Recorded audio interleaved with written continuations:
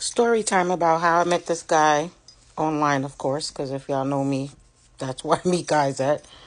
And yeah, how it's going.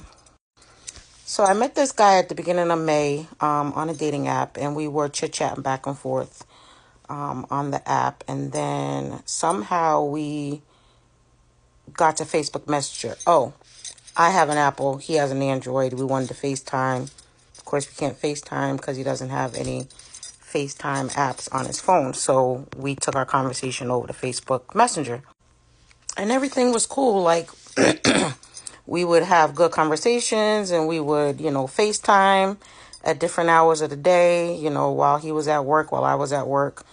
He works day shift, I work night shifts, but we made it work, right? So we did a lot of that. We did a lot of like messaging back and forth and FaceTiming and stuff like that.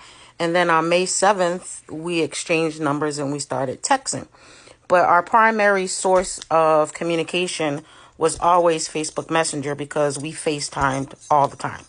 Like when he took break, even when he was working, he worked at a tire shop. So while he was on the forklift going to get tires or whatever, like we would FaceTime. And then while I was at work at night, we would FaceTime. So I knew he was a real dude, right? Now, the funny thing about it is that he was not the only person that I was talking to, right? But I was talking to him more than I was talking to anybody else. So, like, it was just flowing. It was flowing. There's a lot of things. I'm not going to say a lot of things, but there are a few things that I always ask guys, when you start talking to them, because I've run across a lot of fuckboys, a lot of guys who don't got their shit together, a lot of guys that, live with their parents, a lot of guys that, just hustling, trying to put gas in their car, like all kind of crazy, weird things, like health issues. I have a lot of videos about that. Like a lot of guys that I meet, they've had strokes and heart attacks. They're on dialysis and all kind of things. So I asked a lot of questions. He answered them honestly, or so I thought, right? Now, a few of the questions surround like personal responsibility, like you pay your bills, you got a license, your vehicle is good, like all those kind of things, right? And, he reassured me that he was straight.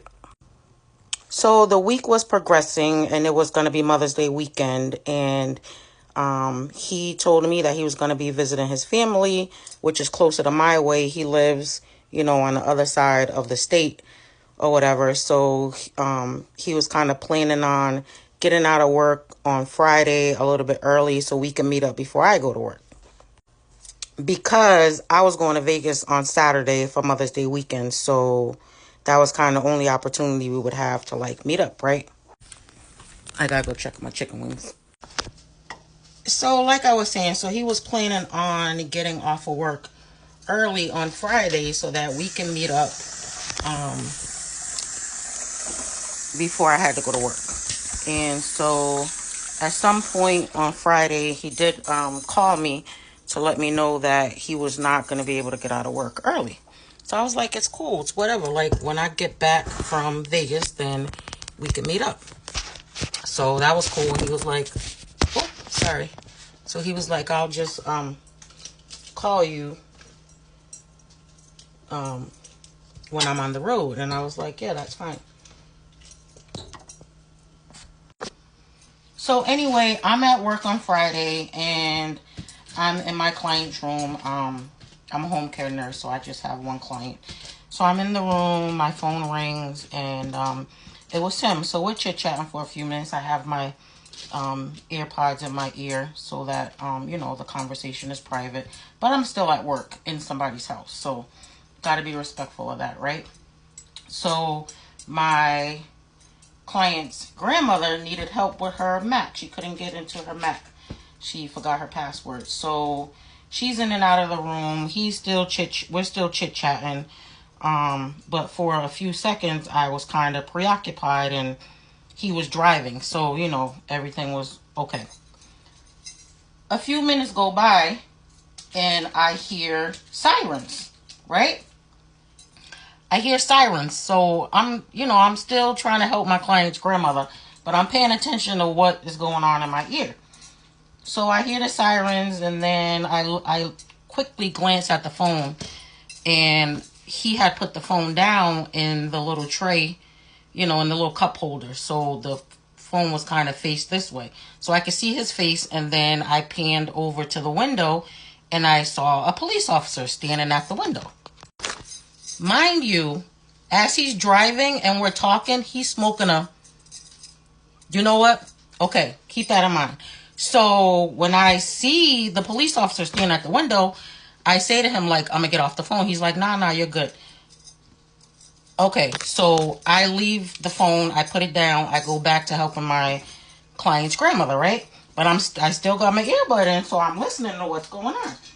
So the cop, is asking him, why did you stall when you saw me, blah, blah, blah. And he's telling the police officer, no, I thought you were going to pull out, so I was giving you an opportunity to pull out. So, just chit-chat at first. So then, of course, the cop was like, so be honest with me, were you just smoking? And of course, he could not deny it. He was like, I smell a strong odor of the marijuanas, right? So he's like, yeah. So the cop was like, listen, this is going to go better for you if you just be honest with me, and blah, blah, blah, right? Y'all, I'm going to have to cut this short, but y'all come back for part 2.